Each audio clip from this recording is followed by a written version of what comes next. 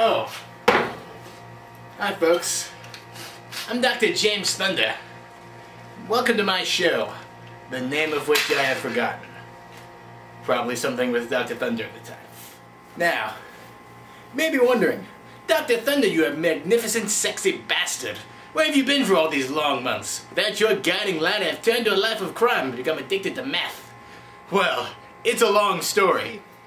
It all began after the filming of our last episode, Dr. Thunder, the Prisoner of Azkaban. Due to unforeseen circumstances, our entire budget was destroyed in a small chemical fire. Attempts were made to steal back the budget in an elaborate heist, but these attempts resulted in the deaths of 14 production assistants and my incarceration in a maximum security prison. There I found religion, and then beat him within an inch of his life. That experience changed my life forever. On my release from prison, began roaming the streets, disfiguring the faces of prostitutes with a sharpened crucifix. Then I realized that there was actually no part of the Bible that condemned prostitution, and I was in fact thinking of a Clint Eastwood movie. Unforgiven, I think?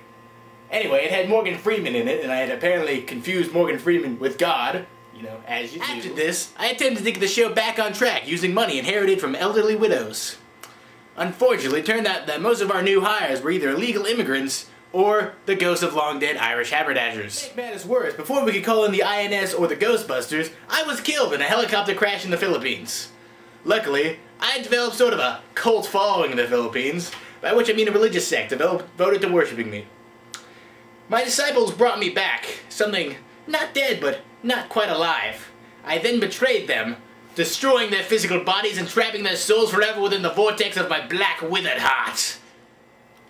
It was at this point that I realized that the preceding months had in fact been an elaborate hallucination brought on by a drug made from fermented monkey scrotum that I acquired from an El Salvadorian man in his basement. And, yeah, I forgot what my point was with this whole thing. Watch my show.